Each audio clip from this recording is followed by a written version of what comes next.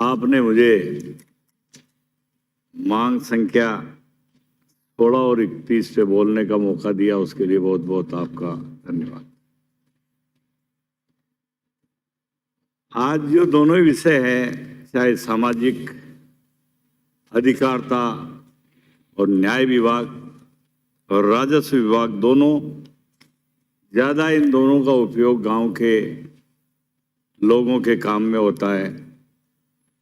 सबसे पहले मैं सामाजिक अधिकारिता विभाग के बारे में आपसे निवेदन करूंगा, आदरणीय सभापति महोदय, कि आज गांव के गरीब आदमी, गरीब बच्चे, मैंने सरवाड़ में मेरे छात्रावास खुला था, समाज कल्याण मंत्री थे बनवारी लाल जी, और कम से कम 10 साल तक मैं झंडा फहराने जाता था। वहाँ पे वो बच्चे आते और 15 अगस्त 26 जनवरी को जाता था। वाकई हमारे SC ST के भाइयों के लिए ये वरदान साबित हुआ है। और पहले इसका नाम समाज कल्याण विभाग था, हमारे नेताओं ने सोच के इसका नाम सामाजिक अधिकारिता विभाग रखा है। उस समाज को इस लोकतंत्र में अधिकार दिया गया है कि तुम्हारा अधिकार है कि तुम अपने बच्चों को पढ़ाओ, उनको लिखाओ और उन बच्चों को योग्य बनाओ। आज मेरा आपसे सुझाव है कि इस विभाग में इनके जो व्यवस्थापक होते हैं उनकी बहुत कमी है।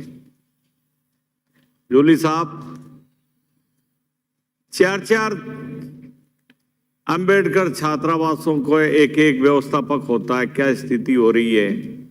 मेरी आपसे सरकार से मांग है कि इन अंबेडकर छात्रावासों में आप और नई भर्ती करें और हर एक पे एक व्यवस्थापक लगाएं, जिससे उन बच्चों को, व्यवस्थापक का मतलब है गार्जियन, और गरीब बच्चा जो वहाँ पे पढ़ने जा रहा है, वहाँ रह रहा है 6ठी से 12वीं तक, उन बच्चों को हम ज़्यादा सुविधा उपलब्ध करा सकते हैं अगर एक गार्जियन वहाँ पे रहेगा। आप देखेंगे कि हर साल दिवाली और होली को अपन अपने घर की पुताई लिपाई कराते हैं, लेकिन बहुत से ऐसे छात्रावास हैं, अंबेडकर छात्रावास, देवनारायण छात्रावास, ज्योतिबा फूले छात्रावास, अल्पसंख्यक आवासीय स्कूल, इनकी एक टाइम फिक्स करें कि इस टाइम को इनकी लिपाई पुताई होगी।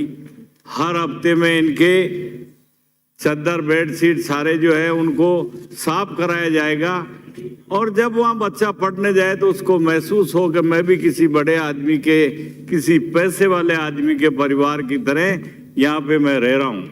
ये थोड़ी उसमें कमियां हैं। आप साबुन भी देते हैं, तेल भी देते हैं, दूध भी खिलाते हैं, रोटी भी खिलाते हैं, लेकिन अगर इन व्यवस्थाओं को हम सुधारेंगे तो उस वंचित समाज के बच्चे हमें दुआ देंगे। जहाँ तक मैं मानता हूँ, कल शिक्षा पे भी मैंने बोला था, इन गरीब बच्चों के लिए राजकीय जो महाविद्यालय हैं, उन महाविद्यालयों पे भी सरकार से मैं मांग करूंगा, आदरणीय मुख्यमंत्री जी से और आदरणीय जूली साहब आपसे, कि वहाँ भी आप 150 बच्चों के ऐसे हॉस्टल खोलें जिससे गांव का गरीब का बच्चा वहाँ आके पढ़ सके। जहाँ तक सवाल है दूसरा विषय, मुझे घंटी का डर है। पारिक साहब बैठते हैं तो लगता है मुझे देखते ही घंटी हो जाते हैं। 10 से ज्यादा नहीं बोलूंगा।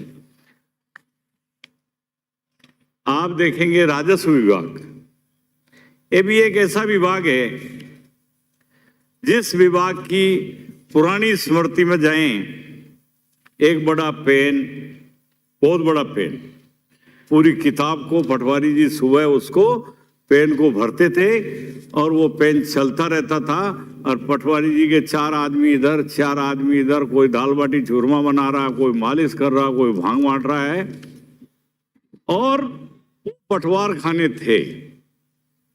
आज जहाँ एक पटवारी काम करता था, वहां आज एक उप तहसील हो चुकी है। लेकिन वो समाज के हर वर्ग को संतुष्ट करते थे।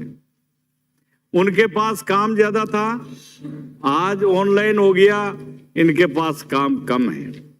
उसके बाद भी हमारे जो पटवारियों का व्यवहार है, गिरदावरों का व्यवहार है, तहसीलदार, नायब तहसीलदार, ये थोड़े बड़ी श्रेणी में आते हैं, लेकिन जो नीचे लेवल के अधिकारी है, मेरा आदरणीय मंत्री महोदय आपको सुझाव है, एक राजस्थान सरकार ये लिखे कि कोई भी पटवारी 3 साल से ज्यादा एक जगह नहीं रहेगा।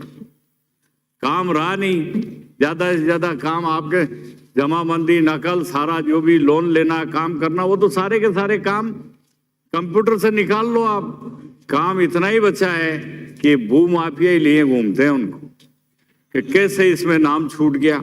एक मेरा सुझाव आपसे और है, बहुत ऐसे ऐसे छोटे छोटे काम हैं, राम सुख का नाम गलत लिख दिया, वो संशोधन हो सकता है।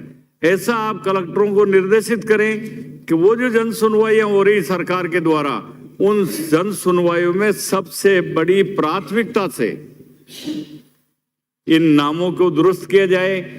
सीधा आपके तहसीलदार बोलते हैं कि भाई कोर्ट में करो, एसडीएम साहब के कोर्ट में नाम दुरुस्त कराने जाएगा तो कितना पैसा उसमें खर्च होता है।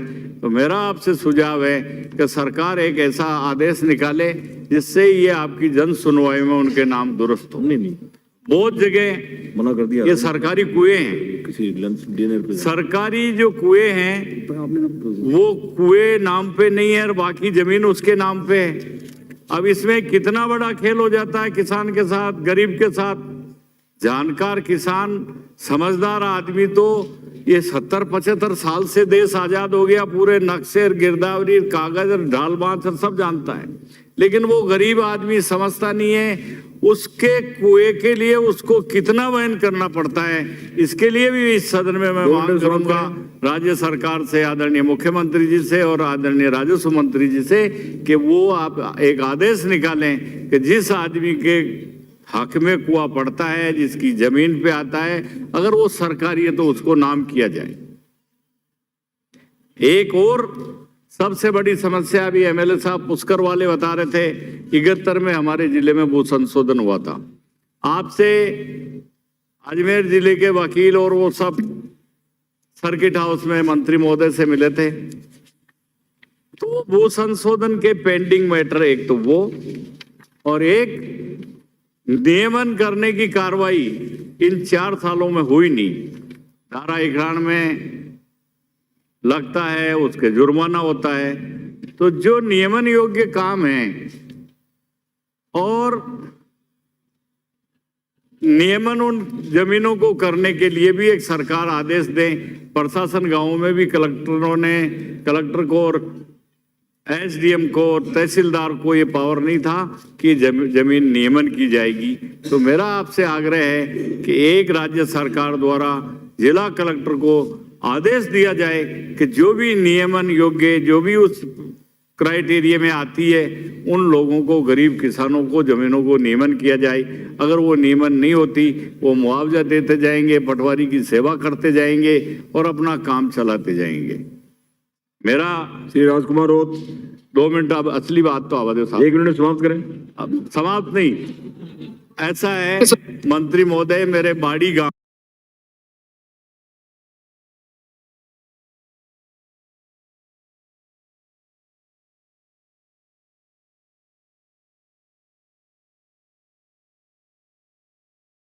के विजयनगर के आसपास के पेरा फेरी की जमीन को आप नाम कराएं।